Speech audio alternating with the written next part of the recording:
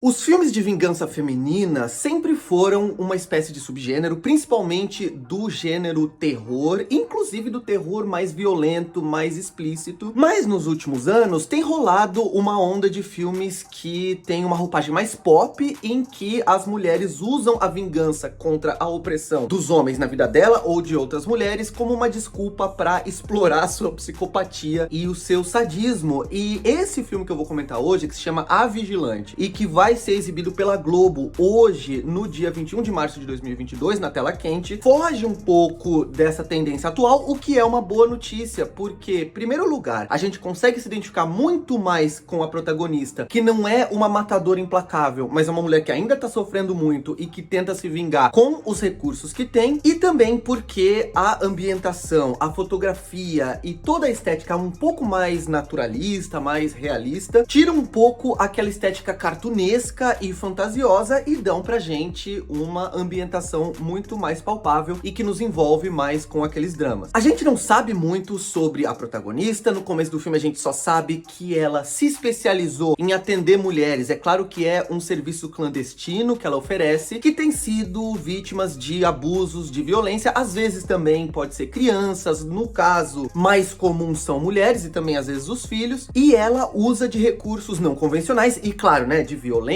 de tortura, de ameaças, de chantagem, para tirar os caras da vida dessas mulheres e permitir que elas consigam ter algum dinheiro para sair fora e viver a vida delas, recomeçar do zero. E ela cobra às vezes uma parte desse dinheiro, às vezes algumas outras coisas que podem ser bens, podem ser às vezes coisas bem baratas, mas é assim que ela sobrevive. E a gente começa ao longo do filme a questionar também o que ela tem de envolvimento pessoal, quais são os dramas dela, porque a gente percebe que ela tem alguns desequilíbrios mentais, e eu gosto que aconteça isso nos filmes, porque a gente não sabe ao certo se ela sofre de bipolaridade, se ela tem uma ansiedade muito profunda, se ela tá passando por crises de ataque de pânico, mas a gente sabe que ela tem problemas e que todo esse processo não é fácil pra ela também. Como eu falei no começo do vídeo, a fotografia desse filme é uma fotografia cinzenta, muitas vezes azulada, com as cores dessaturadas, drenadas e que enfatizam não só o frio que a gente consegue ver, né, através das paisagens filmadas pelo filme, quanto também a estética reforça esse sentimento de opressão, esse sentimento de solidão e de também abandono emocional que aquelas mulheres, inclusive a protagonista, enfrentam. As histórias das mulheres que ela ajuda e das crianças também, a história dela que a gente vai começando a entender depois, e também as interpretações, a mise-en-scène, como eu falei, né, mais naturalista, nos envolvem com a narrativa e também nos deixam sempre com curiosidade em relação ao histórico, ao passado dessa mulher. A Olivia Wilde, que vive a protagonista, não é necessariamente, eu não poderia dizer, uma atriz de muita sutileza. Ela é um pouco careteira, né, e eu diria até bastante, às vezes ela gosta de umas caras e bocas, ela gosta de um overacting, mas eu acho que aqui nesse filme isso acaba não atrapalhando muito, porque ela realmente tem um desequilíbrio ali que a gente consegue associar a essa maneira dela mais expressiva de interpretar, digamos assim. E eu acredito, inclusive, e eu tenho tentado fazer isso nessa série de vídeos que eu tenho feito sobre os filmes que a Globo exige na tela quente, que esse tipo de interpretação também é favorecida quando o filme é exibido na TV aberta, porque quando você assiste o filme na TV aberta, você não tem a mesma atenção, você não tá tão, né, focado no filme quanto você tá quando você tá no cinema, ou mesmo quando você tá assistindo a Netflix, sem interrupções, sem comerciais e tudo mais. Então eu acho que uma interpretação mais óbvia, mais gritante, mais exagerada e mais expressiva ajuda o espectador a se guiar e a entender exatamente, ou pelo menos ter uma ideia do que ela tá sentindo. É claro que do ponto de vista artístico não é a melhor opção, é uma interpretação apenas razoável e que tem problemas, mas eu acho que funciona, principalmente para um filme que é claro que vai ser muito mais visto na TV do que foi no cinema na época, em 2018. Não existem muitas reviravoltas, a trama vai por um lado que a gente mais ou menos espera já, e eu não vou falar nada sobre o final do filme, mas é um final que é esperado, mas ao mesmo tempo que é coerente. A diretora Sarah Dagger Nixon faz um bom trabalho de usar uma câmera na mão, que é bastante energética, que dá um senso de urgência, e ela sabe aproximar em closes nas reações, nas expressões das mulheres, inclusive da protagonista, protagonista vivida pela Olivia Wilde, o que eu acho que também às vezes acaba traindo um pouco a atriz, porque revela de uma maneira muito evidente a interpretação mais caricatural, a interpretação mais intensa demais, digamos assim, da atriz principal. Mas eu acredito que essa abordagem da diretora também contribuem com uma urgência. Eu gostei do filme, eu acho que é um filme que não traz nada de muito diferente e também não tem uma história particularmente original, mas é um filme bastante eficiente. Eu quero que vocês me digam aqui nos comentários também se vocês gostaram, não gostaram, concordam ou discordam dos pontos que eu apresentei nessa crítica. E se você gostou desse vídeo, curte ele, se inscreve no canal, participa se você quiser no meu grupo do Telegram, que eu deixei algumas vezes passar o QR Code aqui na tela, e me acompanha lá no Instagram também. Por hoje eu vou ficando por aqui, um abraço, tchau!